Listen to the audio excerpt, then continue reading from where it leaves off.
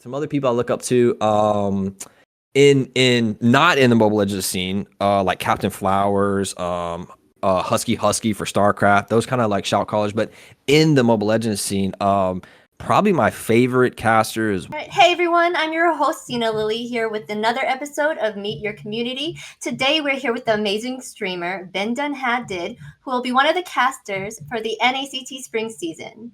And he got second place winner for the NASL 1v1 tournament, which he totally shut me out in. I'm not bitter about it, but you know. How are you doing, Ben? I'm good. I'm good. Happy to be here with you today. Thanks for having this thing, and happy to talk some shop about the good old MLBB. Nice. We're glad to have you. I heard that you just moved in with your sweetheart. How's the move going? It was terrible. Honestly, it was so bad. We drove the entire East Coast of America, right? So from little south of New York, New Jersey, down to Georgia, like pretty much the whole East Coast. 17 hours in the moving truck was pretty rough, but it's done now, so we can begin our life and turn the page to a new chapter. So that's wonderful. We kind of just got to get all the stress out of the way right now. Yes, like moving in, putting all your boxes in. Well, as long as you're there now, you're settling in. You should be good. Yeah, oh yeah. Like the dogs were a little bit of a struggle, but neighbors are really cool. The place is nice. I come from the hood, right? Come from the ghetto. So anything that's like got a real kitchen, hardwood floors, like this is an upgrade. Well, that's good that you're out of the hood. That is. So let's get this started. So our first question. So my first question for you is, how did you come up with your username? Actually, Everybody asks me that. I've told this story so many times. Okay, listen. I was in high school, right? And this kid got asked by the teacher, did he do his homework? And this kid never did his homework. It was a rhetorical question, pretty much. And he jokingly said to the teacher, he BenDoneHadDid it. And I just thought, like, oh my goodness, that is the best thing I've ever heard. So I took it and I used it. And then years later, I made it my username. Oh, well. Okay, that sounds interesting. That's a good story. Well, now everybody will know. So now it's on YouTube, on the NACT channel. So how are you feeling about being a caster for the NACT? I'm really excited, honestly. More than that, I think I'm excited for the scene in total and the growth of the region as a whole, because there's like so many facets of that. But it's really cool to be involved at like this official level. You know, doing casting back in the day, it was more of like a real grassroots movement. Nobody was there, no anything, right? Back when it was like NSAL days, and now it's like big macho. We have the NACT 2 seasons. You know, it's like a total upgrade. So it's really cool to be, you know, a part of it back then, but a part of it now as it grows into the next thing. And I'm really excited to see not only what comes for the players and the casters, but the region as a whole. That's what I'm always interested in the most. Yes. We are excited that this is 2 seasons in now, right? Mm-hmm. So what got you into casting?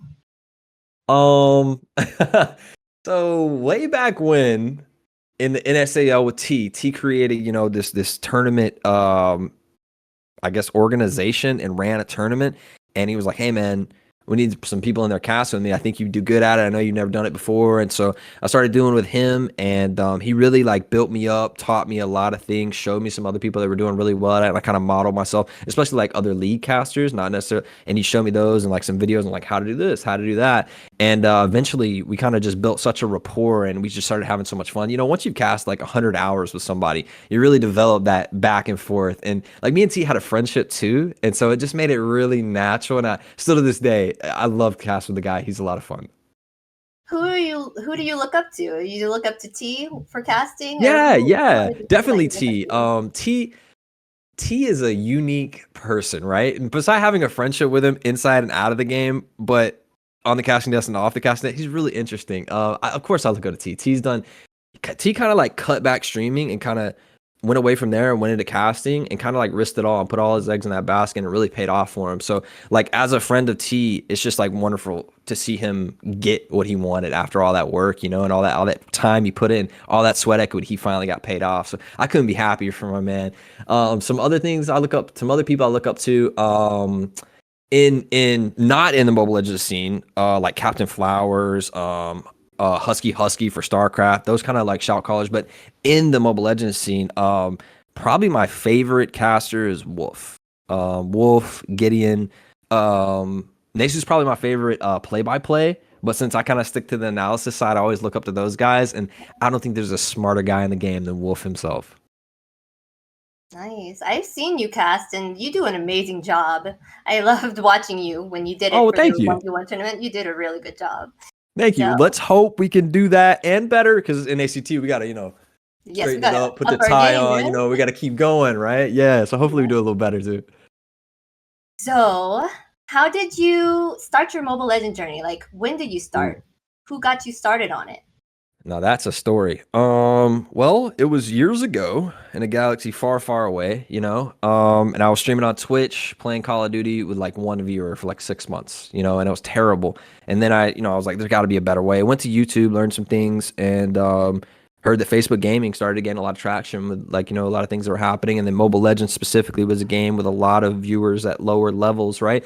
And so I'd been a marketer for businesses for a decade using a lot of different ad space, and I'd used Facebook a lot. So my knowledge of Facebook marketing plus it being like a hotspot for viewers really gave me the chance to kind of build like the bedrock of a community, the foundation right there.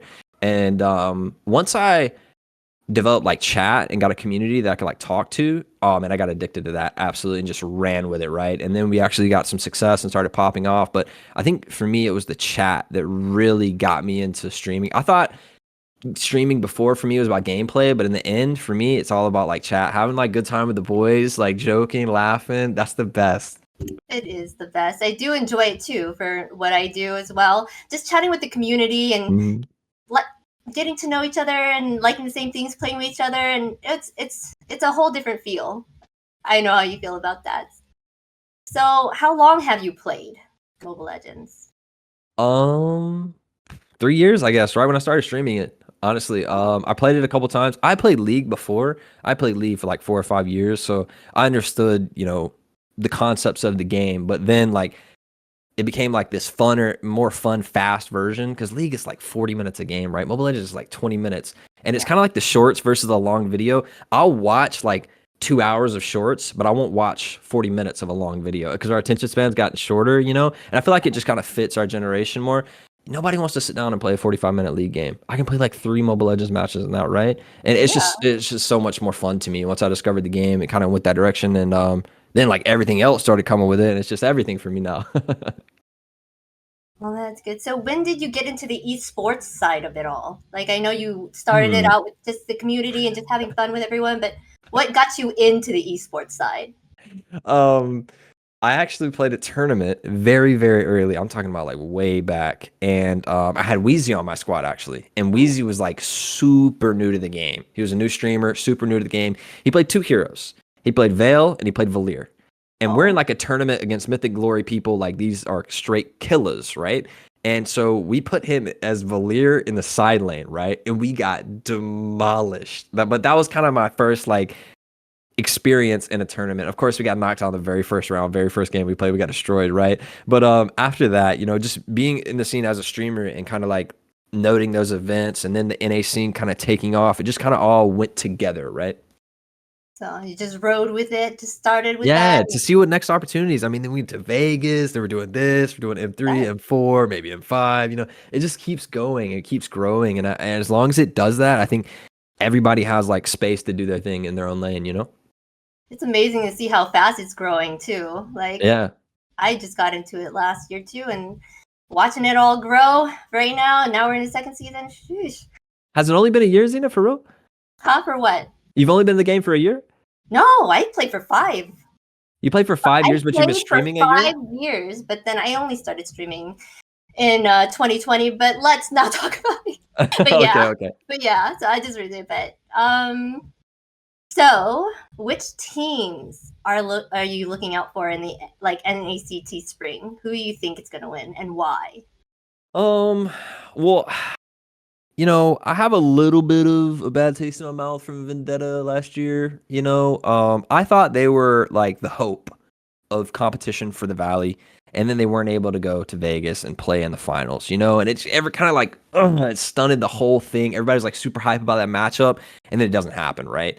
I would love to see Vendetta come back, have all their stuff in line so they can go to the final and do their thing. Because for me, they were the only team that really made like the Valley like stop and think like, oh, we might lose, you know? Only time. The Valley's just like steamrolling the region. And like everybody's fans of those players. But I never like to watch a stomp, no matter what sport I'm watching. If it's basketball, soccer, Mobile Legends, doesn't matter. I never like to watch a stomp. I always like to watch a close game, right, where they're trading back and forth, and maybe teams make mistakes. Who cares? But it's more entertaining, right? That blacklist, like, step back and just win the game slowly. Kind of what BTK, excuse me, the Valley has sometimes. It's kind of boring to watch, you know. And as a caster, you want something hype, a lot of kills, bloody, you know, you can talk about. And so I want to see those teams. I want it to be more competitive, right? And I don't think TSU, Tamal, and the boys will be in NACT, but they're one of my favorite teams. They're out of Mexico, and I wish they could play in the NACT. I don't think they will, but if they were, they would be incredible contenders. Of course, I think everybody would expect the Valley to ride high and win everything again, but Vendetta's a close second. Simpson showed they came in third, and they put up a hell of a fight too. I think there are a lot of teams up and coming through a lot of other tournaments as well, like through Wheezy's MLSA and a lot of their other side tournaments. And now the NACT kind of has a season to it. It's getting a lot of traction. We'll see really these stars come out and these teams emerge, I think, in this season and the next as well, and really strengthen the team as a whole. Because I think it would even make like the Valley stronger if they had to play harder teams here. Yes, that does make sense for them to go against. It's really fun to see when people are battling it out. It does get boring once you see like, oh, they're stuck in like a clash for the longest time for hours, like not hours, but a long time, and then they can't even get past that. But awesome. Thank you so much for coming to chat with us today. One last thing, how and where can the viewers find you? Just type my screen name into Google and you can pick your poison. It's on Facebook, it's on Twitch, it's on YouTube, it's on TikTok, it's everywhere, right? But don't scroll down too far in the search results because you'll find some very sinister things about me. So stick to that top page of results, boys. All right, everyone, stick to the top. Don't go farther than that. So make sure you go and follow Ben and on his social handles. Search him up, but we also have him in the link description below. And that's all the time that we have today. This is XinaLili signing off. And we do hope to see you in the next episode of Meet Your Community. See you guys later. Bye.